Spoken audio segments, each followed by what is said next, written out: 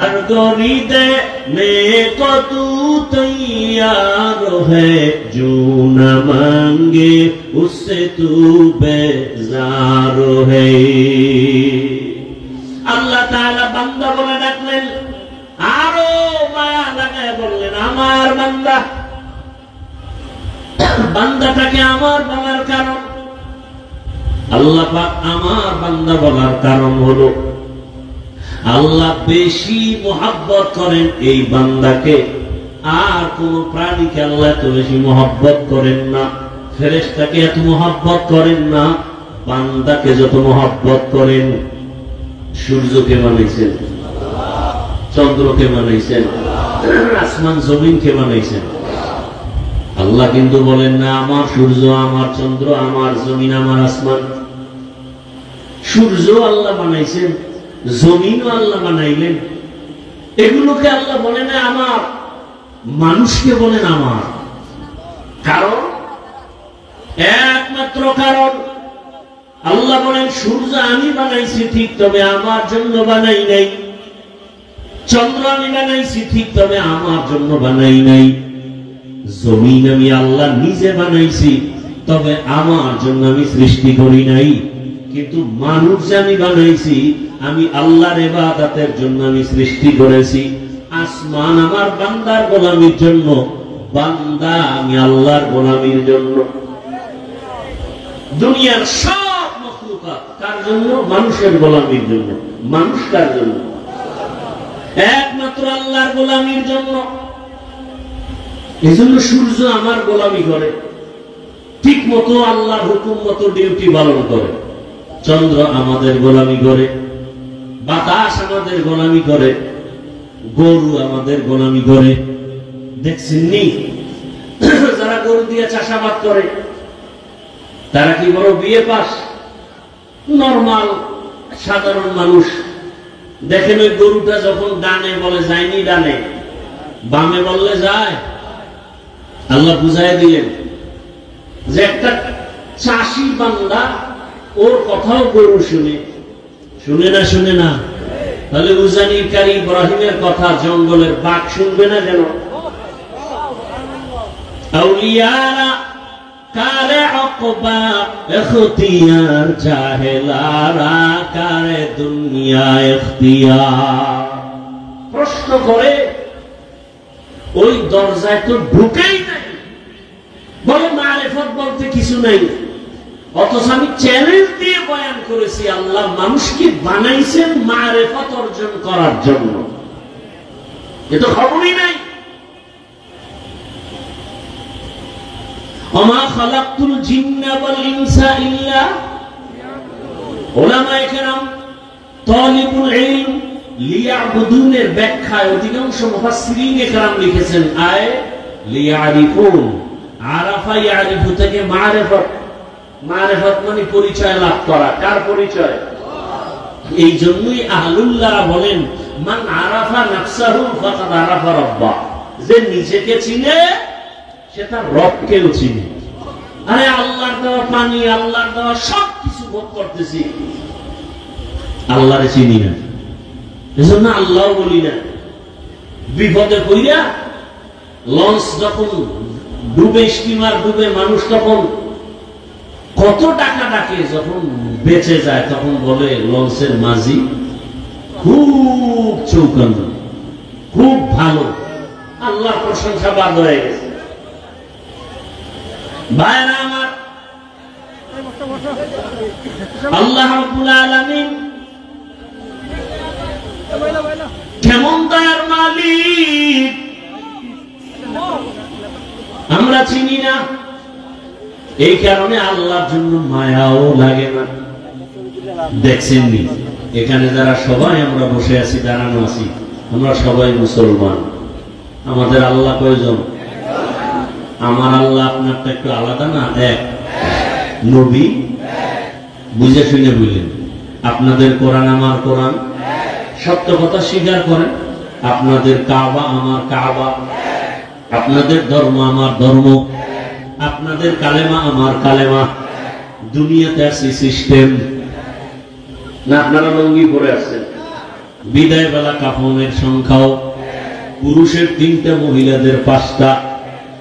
শুধু হুজুরদের জন্য একটা বেশি, এমপি সাহেবের জন্য একটা বেশি। যত বড় ধনী হোক, এমপি হোক, মরণকালে কাফন কয়টা? গরিবের জন্য একটা কাফন কেউ কমাইয়াও দিবে না, বড় লোকের জন্য একটা কাফন কেউ সম্মানে বাড়াবো। সবার বেলায় কাফনের সংখ্যা এক, কাফনের কালার আলাদা। কি চরমনাই যারা করে তাদের কাফনের কালার একরকম, যারা তাবলীগ করে তাদেরটা আর এক রকম।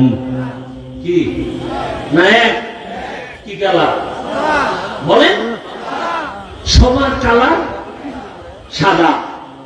এরপর কালার নিয়েও কিলে গেলি চলেনি কুমিল্লায়? চলে না? কালো, সবুজ, সাদা নিয়ে কত কিলে গেলি। মরণকালে সকলের কাফনের সংখ্যা এক, কালারও এক, কবরের সাইজ একটু আলাদা না, তাও এক। কবরের মধ্যে রাখার পরে প্রশ্ন করার জন্য ফেরেশতা আসবে। কয়টা প্রশ্ন? তা কি আলাদা না এক? রবের পরিচয় দাও, ধর্মের পরিচয় দাও, রাহমাতুল লিল আলামিনের পরিচয় দাও। কে ধনী, কে গরিব, কে আলেম, কে মূর্খ, কে টাকাওয়ালা, কে গরিব। কাফনের মধ্যে ঢোকার পরে কাফনে লেখা থাকবে বড় লোকের লাশ, বড় হুজুরের লাশ, এমপি সাহেবের লাশ। কবরে যাওয়ার আগেই মাস্তানি শেষ। কোটি টাকার মালিক দেখো, অভাব হয় না দূর, গরিব ঘুমায় আরাম করে মনটা বাহাদুর। ফেরাউনের লাশটা দেখো মিশর জাদু ঘরে, খায় না মাটি, পোকা মাছি সবাই ঘৃণা করে। হৃদয় থাকিবে যার নম্রতা সদা, রহমত আসিবে সেথা প্রভুর আদা। বড়র বাড়াই থাকলে দিলে রহমত আসবে না, নিজেকে নিজে ছোট মনে করিও সদা। উঁচু জমিন থেকে পানি নিচু জমিনে যায়, তেমনি খোদার রহমত আসে নম্রতার হৃদয়। ভোগবিলাসের বাড়ি গাড়ি পরে রবে সব, থাকতে সময় স্মরণ করো আল্লাহ আমার রব। কবরের সাইজ এক, কবরের প্রশ্ন 3টা এক। এখন ওই 3 প্রশ্ন সবার বেলায় এক। আমাকেও একই প্রশ্ন, আপনাকেও একই প্রশ্ন, ইমামকে, মুক্তাদিকে, ডাক্তারকে, রোগীকে, সবার বেলায় একই প্রশ্ন। আবার দেখছেননি কারবার কি? দুনিয়ার ছেলে মেয়েরা পরীক্ষা দিবে, প্রশ্নপত্র ফাঁস করা যাবে না। প্রশ্নপত্র যদি ফাঁস হয়ে যায়, সংশ্লিষ্ট যারা তাদের চাকরি থাকবে না। কিন্তু আল্লাহর নিজাম কি, নিয়ম কি? কবরের যে 3টা প্রশ্ন ফ্লাশ করে দিলেন, শুধু ফাঁস করে নাই, প্রশ্নটা বারবার বারবার বুঝাবার জন্য নবীদের দায়িত্ব দিলেন। উম্মতের 3 প্রশ্ন বুঝাও, রবের সাথে সম্পর্ক লাগাও, রবকে, রবের চিনাও, রবের সাথে পরিচয় করাও। নামাজে দাঁড়ায় জানো রব্বানা লাকাল হামদ বলে রবের সাথে পরিচয় হও। বান্দারে কে বানাইছে, কে বৃষ্টি দেয়, কে বৃষ্টি বন্ধ করে, তারে ভালো করে চিনাও। যদি চিনতে পারে, কবরে যাইয়া প্রশ্ন করা মাত্র বলবে রব্বি আল্লাহ, আমার রব একমাত্র আমার আল্লাহ। ধর্মটারে চিনাও, ইসলাম একমাত্র ধর্ম, আর কোন ধর্ম নাই। আল্লাহর কাছে একমাত্র ধর্মের নাম কি? এটার ভালো করে চিনাও। ইসলাম ধর্ম বড় শান্তির ধর্ম, ইসলাম ধর্ম মানুষের কল্যাণের ধর্ম, ইসলাম ধর্ম মানুষের মুক্তির ধর্ম, মানবতা রক্ষার ধর্ম। ইসলাম ধর্মটা নারীর সম্মান রক্ষা করার ধর্ম।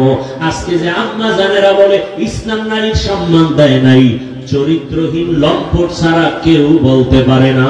আল্লাহর কসম, ইসলাম ছাড়া নারীর সম্মান কেউ দেয় নাই।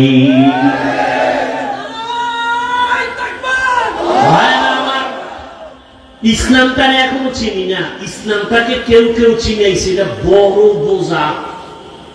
অথচ ইসলাম এতটা সব, এতটা মহব্বতের, এতটা আপন যে অন্য ধর্ম পালন করতে কষ্ট, ইসলামে কোনো কষ্ট নেই।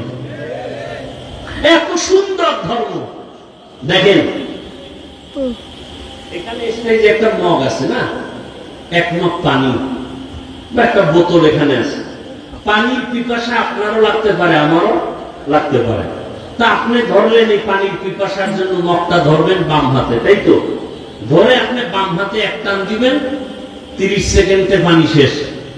ঠিক আমিও পানিটা পান করবো পিপাসা নিবারণের জন্য, তবে জীবন চলে গেল, বাম হাতে আমার এই মগ যাবে না, ডান হাতে আসবে।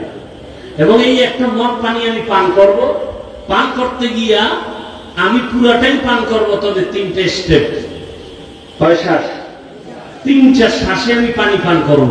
পানি পান করাও হলো, ইসলামও পালন করা হলো। কথা বোঝেন নেই? আচ্ছা, আপনারা জুতা পরবেন, জুতা আছে না সবার? জুতা পরবেন, জুতা পরে বাসায় যাবেন, আমিও জুতা পরব।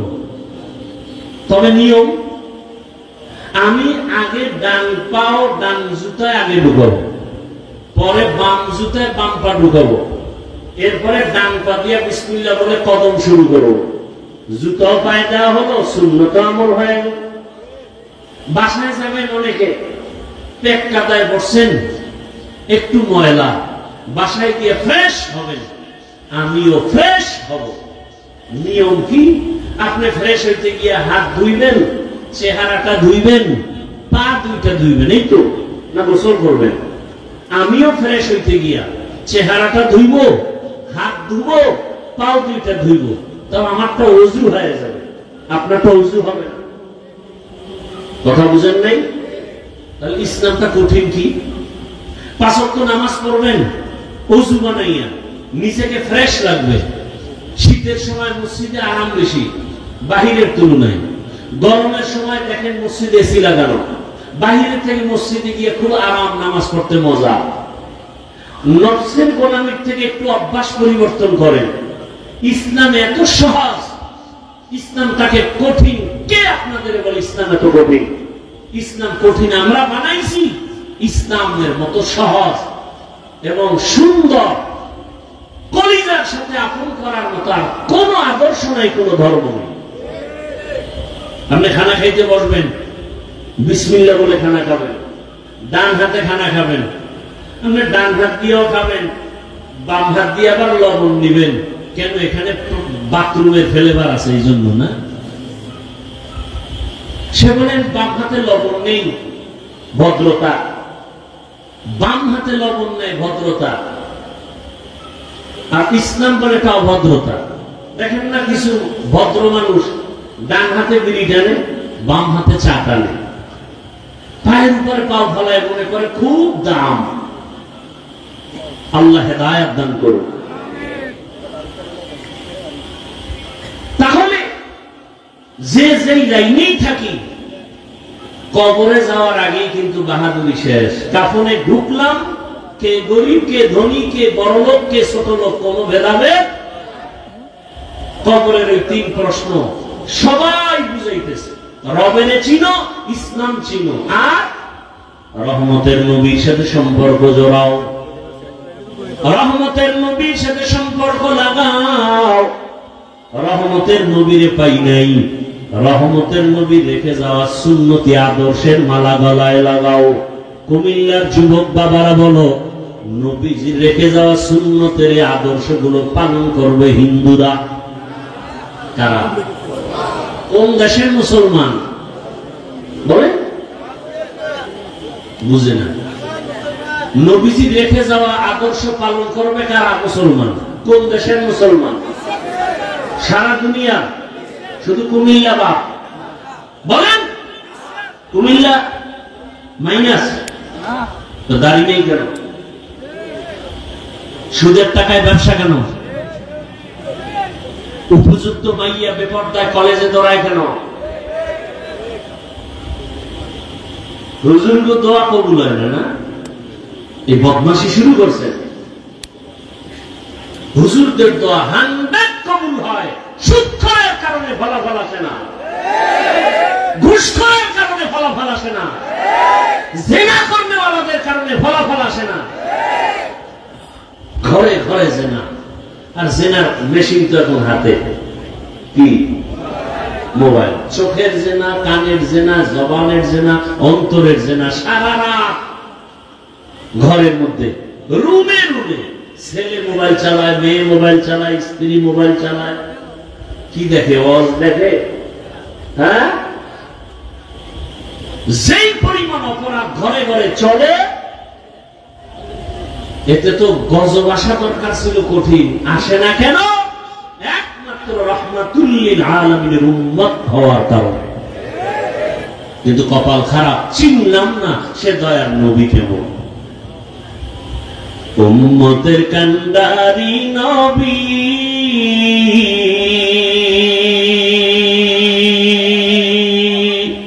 কাঁদছেন উম্মতের লাগি,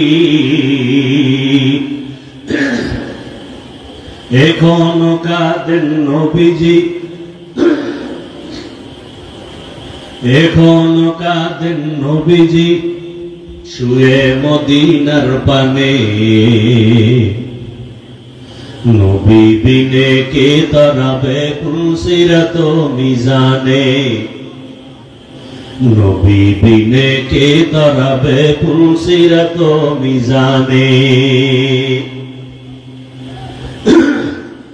কেমন মায়ার নবী আমার। নবী রাস্তা দিয়ে চলতেছেন, গাছের গোড়ায় হরিণী বাঁধা, নবীরে দেখে সালাম দিছে। নবী সালামের জবাব দিলেন। হরিণী কি কথা বলতে পারে? সারা দুনিয়ার মানুষের বিবেক বলে পারে না, আল্লাহ বলেন আমার কুদরতে পারে। আল্লাহ কুদরতে পারেনি। এই বিশ্বাস যদি না থাকে তো আপনার ঈমান নেই। মরা গাছে কথা বলতে পারে না, আল্লাহ কুদরতে পারেনি। যদি বিশ্বাস না থাকে ঈমান নেই। কথা বুঝে আসছে? পিপিলিকা কথা বলতেছে, জমিন থেকে 9 মাইল উপরে সুলাইমান নবী ডাইরেক্ট কথাগুলো শুনতেছেন। কার কুদরত? জোরে বলেন। হরিণী রহমতের নবীকে সালাম দিলেন, নবী সালামের জবাব দিলেন, নবীকে আবদার জানালেন। রহমতের নবী আমার আল্লামা জালালউদ্দিন রুমি রহমাতুল্লাহ আলাইহি, জগৎ বিখ্যাত একজন বড় আলেম, এত বড় আলেম, তিনি ঘটনা লিখছেন। হরিণী নবীকে বলতেছেন, ইয়া রাসূলুল্লাহ, এক ইহুদি আমাকে বেঁধে রেখেছে প্রায় 3 দিনের মতো, তো আমাকে জবাই করবে, এজন্য কোনো দুঃখ নাই।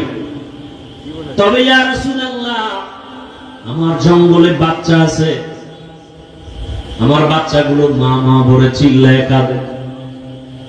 নবী যদি একটু আমাকে সুযোগ দেওয়া হয়, আমি আমার বাচ্চাগুলোকে দুধ পান করায় চলে আসবো। রহমতের নবী আমার চিন্তায় পড়ে গেলেন, হরিণীকে যদি আমি ছেড়ে দেই, আমার তো কোনো সুযোগ নাই। মালিক ইহুদি, তার থেকে অনুমতি নিতে হবে। তাহলে ইহুদির বাড়ি যাব। আমি রহমতের নবী, ইহুদির বাড়ি কেমনে যাই? আল্লাহর হুকুম, রহমতের নবী ইহুদির বাড়ির দরওয়াজায় দাঁড়াইয়া ডাক দিয়া বলে, ইহুদি ভাই, কে তুমি? বলে, আমি আব্দুল্লাহর সন্তান মুহাম্মদ সাল্লাল্লাহু আলাইহি ওয়াসাল্লাম। কেন আসছো? বলে, জঙ্গলের কিনারায় হরিণী বাঁধা, একটু যদি ছেড়ে দাও, বাচ্চাকে দুগ্ধ পান করায় আবার চলে আসবে। ইহুদি কয়, আব্দুল্লাহর ছেলে মুহাম্মদকে সবাই পাগল বলে, আসলেই তুমি পাগল। কারণ বাচ্চাটা হরিণী ছেড়ে দিব, বাচ্চাকে দুধ পান করে আসবে, এটা কেমন কথা? রহমতের নবী বলেন, ইহুদি ভাই, যদি ফেরত না আসে হরিণী, তুমি সেই ছুরিটা নিয়ে হরিণীটাকে জবাই করবা।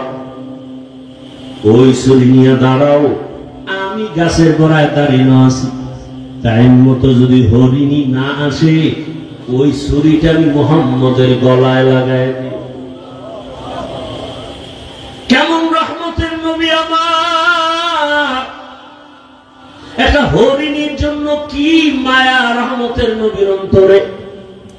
রহমতের নবী কাউকে বেতের বাড়ি দিতে হয় নাই। 13 বছরের মেহনতে বড় বড় বেঈমান কালেমার পতাকা তলে আসছে। এমন ভাবে আসছে আল্লাহ নিজে জান্নাতের টিকিট পাঠায় দিয়েছেন দুনিয়াতে জিন্দা হালাতে। কয়জনের নামে? 10 জন সাহাবা। এর মধ্যে প্রথম কে বলেন না কেন? আবু বকর। দ্বিতীয় কে? ওমর। এক একজনের ঘটনা যদি বলতে থাকি, কে আবু বকর, কে সে ওমর। সমস্ত নবী রাসূল আমার আল্লাহ তাআলার আশিক, আর একমাত্র আমার আল্লাহ হলেন রহমতের নবী মুহাম্মদের আশিক। সব নবী রাসূল কার আশিক? আল্লাহ কার আশিক? মুহাম্মদের আশিক। ঠিক তেমনি ভাবে সমস্ত সাহাবা রাসূলের আশিক, একমাত্র রাসূল শুধু ওমরের আশিক। সুবহানাল্লাহ। না রাসূল কার আশিক? ওমরের। ওমরের জন্য নবীর চোখে পানি। হে মালিক, তুমি ইসলামের জন্য ওমরকে কবুল করে নাও। আল্লাহ এমন ভাবে কবুল করেছেন, 27 বছর মাত্র বয়স ওমরের। তরবারি নিয়ে দৌড়ায় নবীকে জবাই করবে। কত বছর বয়স? জবাই করতে আসিয়া তরবারিটা ফালাইয়া এমন ভাবে নবীর কদমে আসলো, কালেমার রশি লাগাইয়া রহমতের নবীর হাতের সাথে হাত লাগাইয়া এমন একটা পাওয়ার ওমরের মধ্যে এসে গেল। এখন ওমর যেই রাস্তা দিয়ে চলে শয়তান ওই রাস্তায় চলে না। ওই ওমরের আল্লাহ এমন পাওয়ার দিছে যে এখনো ওমরের নাম শুনলে কেমন জানি একটু ভয় ভয় লাগে। হ্যাঁ যুবক, পারলে আমল করিস, আকাম করবি তো আমল দিয়া লাভ কি? এখনো যদি কেউ ঘুমের বিছানায় গিয়া ডান হাতের শাহাদাত আঙ্গুল দিয়া বুকের উপরে লেখে আইন মিমরা ওমর, যতদিন লিখে ঘুমাবে ওর স্বপ্ন দোষ হবে না। তুই যদি আকাম করতে করতে ঘুমাও মোবাইলে, দুনিয়ার সব দোষ তো তোর হয়ে জাগাত মরা উচিত। মুহাম্মদের উম্মত হওয়ার কারণে বেঁচে গেলি, চিনলি না সে মুহাম্মদকে। এমন এতিম নবী আমার,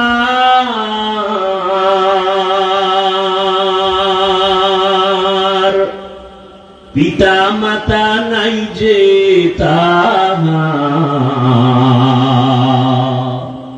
তারপরেও কত মারা মারলো তাকে দুশ্মনে। নবী বিনে কে তরাবে পুলসিরাত মিজানে, নবী বিনে কে তরাবে পুলসিরাত মিজানে। রহমতের নবী আমার। ইহুদি যখন বলল ছুরিটা আমার গলায় লাগাইও, ইহুদি কয় মুহাম্মদ তোমাকে মারার জন্য কত অপকৌশল অবলম্বন করা হয়, পারা যায় না। সুযোগ যখন তুমি দিয়েছো হাত ছাড়া করা যাবে না। হেফাজতের মালিককে। রহমতের নবীকে যখন রশিটা খুলে দেয়, রহমতের নবী হরিণী রশি ধইরা ইশারায় বলে, হরিণী দেখছুনি ইহুদির হাতে ছুরি, সময়ের মধ্যে যদি এসে হাজির না হও ওই ছুরিটা আমি মুহাম্মদের গলায় লাগবে। হরিণীটা দৌড় দিয়া জঙ্গলে চলে গেল। বাচ্চাদের ডাকছে, আসো। কণ্ঠ পায় বাচ্চাগুলো জঙ্গলের ভেতর থেকে দৌড়ায়। আল্লামা জালালউদ্দিন রুমি রাহমাতুল্লাহ আলাইহি তিনি ঘটনা লিখেন মাআরিফে মাসনবীর ভেতরে। যখন মা একটা চিৎকার দিছে, বাচ্চাগুলো আইসা মায়ের কাছে মাথা নত করে চোখের পানি ছেড়ে বলে, মা তুমি এতদিন আসো নাই, মা মা করে চিল্লাইলাম, এখন তুমি হঠাৎ করে আসলা, তার কারণটা কি, কেমনে? হরিণীও চোখের পানি ছেড়ে বলে, ও সন্তানেরা, কথা বলার সময় নাই, আমাকে ইহুদি বেঁধেছে, রহমতের নবী রাস্তা দিয়ে চলতেছিলেন, আমি দেখে অনুরোধের কারণে নবী ছাড়ছি, কিন্তু কথা বলা যাবে না, ইহুদি রশি নিয়ে দাঁড়ানো, ছুরি নিয়ে দাঁড়ানো, সময়ের মধ্যে যদি আমি হাজির হতে না পারি, ইহুদি ছুরিটা আমার গলায় না লাগাইয়া রহমতের নবীর গলায় লাগাই দিবে। বাচ্চাগুলো চিল্লায়, মা যে এত দয়া তোমাকে করছে, তারে একটা নজর না দেখা দুধ আমরা কোনদিন পান করব না, চলো তারে একটা নজর দেখবো, কেমন মায়ার নবী। হরিণীও দৌড়ায়, বাচ্চাগুলো দৌড়ায়, আমার নবীকে দেখবেন, কেমন মায়ার নবী আমার। হরিণী যার দ্বারা এত উপকৃত হলো, বাচ্চাগুলো আইসা নবীর সামনে সময়ের আগে হাজির, হরিণীও হাজির, মাথা নত করে সালাম দিল। হরিণী মাথা নাড়ায় নাড়ায় কি যেন নবীকে বলতেছে, নবী শুনতেছেন, নবীর চোখ দিয়া পানি আসছে। ইহুদি তাকায় তাকায় দেখতেছে, ডাক দিয়ে কয়, আব্দুল্লাহর সন্তান। ওই হরিণীটা কি যেন বলে বুঝলাম না। রহমতের নবী বলে, ও ইহুদি ভাই, এই বাচ্চাগুলো কয়েকদিন পর্যন্ত খানা পায় না, মা মা বলে চিল্লাইয়া ক্ষুধার যন্ত্রণায় তারা বেহুশ, আজকে মাকে পাইয়াও দুধ পান করে নাই। যখন আমার কথা শুনছে, বাচ্চাগুলো রেডি হয়ে গেছে, আমাকে একটা নজর না দেখে মায়ের কোলাবে মুখ লাগায় দুধ পান করবে না। ইহুদি কথা শুই না তরবারিটা ফালাইয়া ডাক দিয়ে কয়, রে আব্দুল্লাহর সন্তান, এতদিন আমাদেরকে ভুল বলা হইতো, আজকে হরিণী যদি তোমাকে চিনে, আমি মানুষ হয়ে কেন চিনতে পারি নাই, আমাকে তুমি মাফ করে দাও, বেয়াদবি করে ফেলেছি, আমাকে তুমি কালেমার রশি লাগাইয়া দাও। মায়ার নবীর ব্যবহার, মায়ার নবীর আচরণ আর আদর্শ, ও আমার কুমিল্লার মুসলমান, আমার যুবক, আমি তোমাকে এতক্ষণ যত বয়ান করছি একবারও কিন্তু বলি নাই, আমার মতো দাড়ি টুপি আর পাগড়ি লাগাইয়া স্কুল ছাড়িয়া মাদ্রাসায় যায় হুজুর হও, আমি একবারও বলি নাই রে বাবা। বরং আমি বারবার সারা দেশে বলি, আজও বলি, ও বাবা তুমি স্কুলে পড়ো, কলেজে পড়ো, চাকরি করো, ব্যবসা করো, কোনো বাধা নাই রে বাবা। তুমি ডাক্তার হও, ইঞ্জিনিয়ার হও, প্রফেসর হও, তুমি এমপি হও, মন্ত্রী হও, ডিসিএসপি যাই হও না কেন, কোনো বাধা নাই। তবে ওখানে থাইকা আমার রসুলের মহব্বত অন্তরে জমা করো, 5 ওয়াক্ত নামাজ আদায় করো। তোমার মতো কত RAB, army, police, BDR, MP, মন্ত্রী, কত চেয়ারম্যান, কত ডিসিএসপি, কত ওসি, কত ব্যবসায়ী, ধনী মানুষ, নামাজি অভাব নাই। ও যুবক বাবা, তোমার মতো কত যুবক স্কুলে পড়ে, নামাজ পড়ে, তুমি কেন পারো না? তোমার মতো কত যুবক রাস্তায় গাড়ি চালায়, নামাজ ছাড়ে না। ওই সারা রাত রিক্সা চালাইয়া ওই সেজদায় গিয়া কাঁদে, ও মালিক অল্প কামাই করি, তুমি বরকত দিও। ঢাকা কলেজে গিয়া দেখো, তোমার মতো কত ছেলেরা কলেজে ক্লাস করে, দাড়িওয়ালা, মাথায় পাগড়ি লাগানো। তুমি নিজের বিবেকটাকে জিজ্ঞাসা করো, তুমি কেন পারবা না? আমার মাওলাকে কি তুমি মিথ্যা মনে করেছো? আল্লাহ কোরআনটাকে মিথ্যা কি মনে করেছো? যদি মিথ্যাই মনে করো, প্রমাণ দাও, এখন দাড়ি কেটে ফেলবো, আর নামাজ পড়বো না, আর আল্লাহর পক্ষে কথা বলবো না। কিন্তু আজ পর্যন্ত কেউ পারে নাই, কিয়ামত পর্যন্ত কেউ পারবে না। বরং তোমার পায়ে হাত রেখে বলি, আমিও তো তোমার মতো একটা যুবক সন্তান। আজকে যদি আমি টুপি দাড়ি ছাড়া চলতাম, প্যান্ট শার্ট পরিয়া মাস্তানি করতাম, সন্ত্রাসী করতাম, কেউ বাধা দিত না। ও বাবা, তোমার মতো যদি আজকে গুনার পথে দৌড়াইতাম, পার্কে দৌড়াইতাম, কেউ বাধা দিত না। কিন্তু এই টুপি মাথায় দেই কত কষ্ট, দাড়ি রাখি কত মানুষ কত খারাপ কথা বলে। মাদ্রাসায় পড়েছি, কওমি মাদ্রাসায় কত গালি শুনলাম। আল্লাহর বান্দা, তাবলীগ করি, পীরের কাছে যাই, কত বাজে কথা শুনি। এরপরেও কেন দাড়ি ফালাই না, টুপি ফালাই না, নামাজ ছাড়ি না, বরং তোমাকেও পাও ধরে ধরে বুঝাই, বাবা আসো আল্লাহর ঘরে গিয়ে সিজদা দাও, মা বাবার দোয়া দাও, উলামায়ে কেরামের দোয়া নাও, শিক্ষকের দোয়া নাও।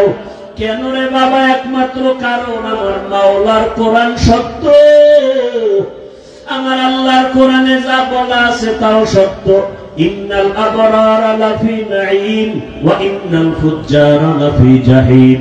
নেক আমলওয়ালারা জান্নাতের পথিক, গুনাহ যারা করবে তারা জাহান্নামের পথিক। জান্নাতটা কেমন আরামের জায়গা তাও আল্লাহ বয়ান করেছেন, জাহান্নামটা কেমন ভয়ঙ্কর তাও আমার আল্লাহ বয়ান করেছেন। চিন্তা ভাবনা করে দেখলাম, দুনিয়াতে সূর্যের গরম সহ্য করতে পারি না, ফ্যানের বাতাস এসি চলে তারপরে ঘুমাইতে পারি না, গরম আর গরম। একটা মশায় কামড় দিলে রাতে আর ঘুম হয় না। গুনাহগারের জন্য যে আযাবের কথা আমার আল্লাহ বলেছেন, ওরে ওয়াকুদুহান নাসু ওয়াল হিজারা, ওরে গুনাহ নিয়ে যারা কবরে যাবে, কবরে হাসরে জাহান্নামের আগুন। ওই জাহান্নামের আগুন এত ভয়ঙ্কর, শরীরের যে কোনো জায়গায় লাগা মাত্র কলিজা পর্যন্ত গুনাহ হয়ে যাবে। রহমতের নবী আম্মা জান আয়েশা বলেন, দেখি আমার রূপের মধ্যে বয়ে বয়ে নবী কান্না করে। আমি আয়েশা ভয় পেয়ে গেলাম, আমার কোন বেয়াদবির কারণে নবী কষ্ট পাইলেন নাকি। আমি নবীর কাছে গিয়ে আস্তে করে প্রশ্ন করলাম, ইয়া রাসূলুল্লাহ আপনি কাঁদেন কেন? আমার কোন বেয়াদবি হয়ে গেছে নাকি? আম্মা জানকে নবী বলেন, আয়েশা কি বেয়াদবি হবে? আম্মা জান বলেন, ইয়া রাসূলুল্লাহ আমার বয়স কম, অজান্তে না জানি আবার কোন ব্যবহারে কষ্ট পেয়েছেন। কয় না না, তো আপনি কাঁদেন কেন? বলে, রে আয়েশা, আরে আমার হঠাৎ করিয়া দুইটা জিনিসের কথা মনে পড়ে গেল, আমি চোখের পানি আর ধরে রাখতে পারি না রে আয়েশা।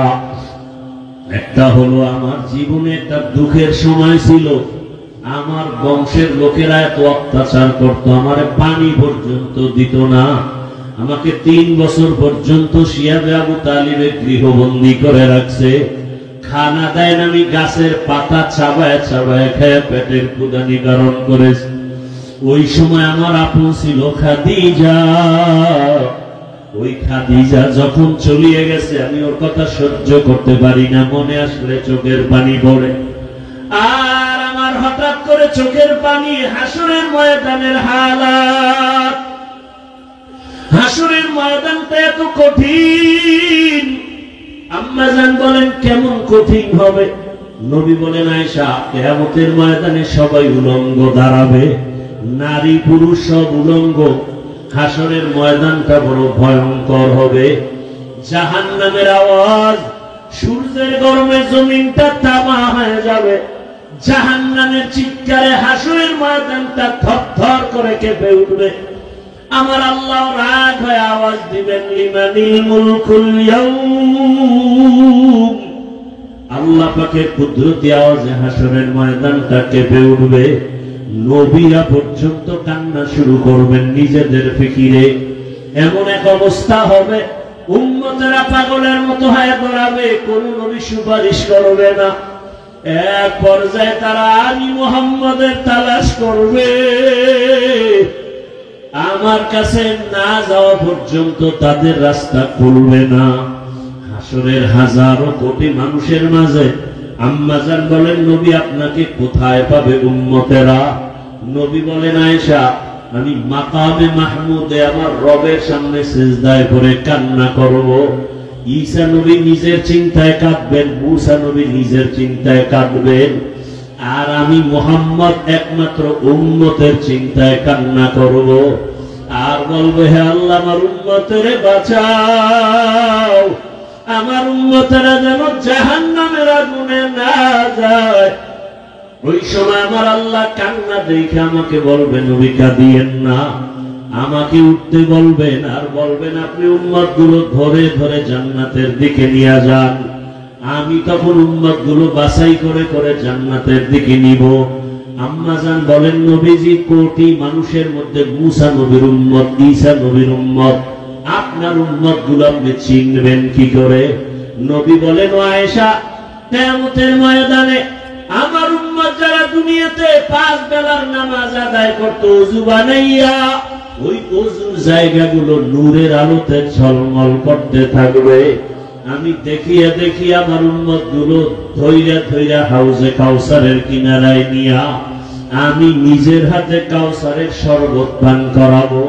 আমার উম্মতের পেয়ালা ভরে ভরে পানি দেব, উম্মতরা পিপাসা নিবারণ করবে। হঠাৎ করে পর্দা পড়ে যাবে, উম্মত এখনো বাকি, ফেরেশতা পর্দা ফালাইলা কেন?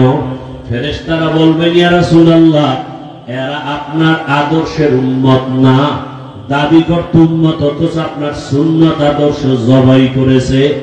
নিজেও নামাজ পড়তো না, অন্যে নামাজ পড়তো তাও সহ্য করতে পারতো না। নিজেও দাড়ি রাখতো না, অন্যে দাড়ি রাখলে পছন্দ করতো না। নিজেও পর্দা করতো না, অন্যেরা পর্দা করলে পছন্দ করতো না। নিজেও হালাল খাইতো না, অন্যেরা হালাল খাইলেও সহ্য করতো না। নিজেও দাড়ি রাখতো না, অন্যে দাড়ি রাখলে পছন্দ করতো না। আল্লাহর নবী তখন বলবেন আয়েশাকে, নবী বলেন, আয়েশা, তখন আমি রাগ হয়ে বলবো, সোহকান সোহকা লিমান গায়্যারা মিন বাদি, ভেগে যারে উম্মত, তোরা আমার উম্মত না, আমি তোদের নবী না। সাথে সাথে গাইবি আওয়াজ, আমার রবের পক্ষ থেকে আওয়াজ আসবে, ওদেরকে ধর, জাহান্নামের শিকল লাগাও। জাহান্নামের শিকল লাগাইয়া এরপরে জাহান্নামের দিকে নিয়ে যাবে। আমার আল্লাহ পাক রব্বুল আলামিন বলেন, জাহান্নামের দিকে নাও মাত্র চামড়া গুলো গলিয়া গলিয়া পড়বে আগুনের গরমে। ও আল্লাহর বান্দারা, চিন্তা ভাবনা করিয়া বিছানায় মাথা লাগাও। ঘুমের মধ্যে কত মানুষ মরিয়া যায়।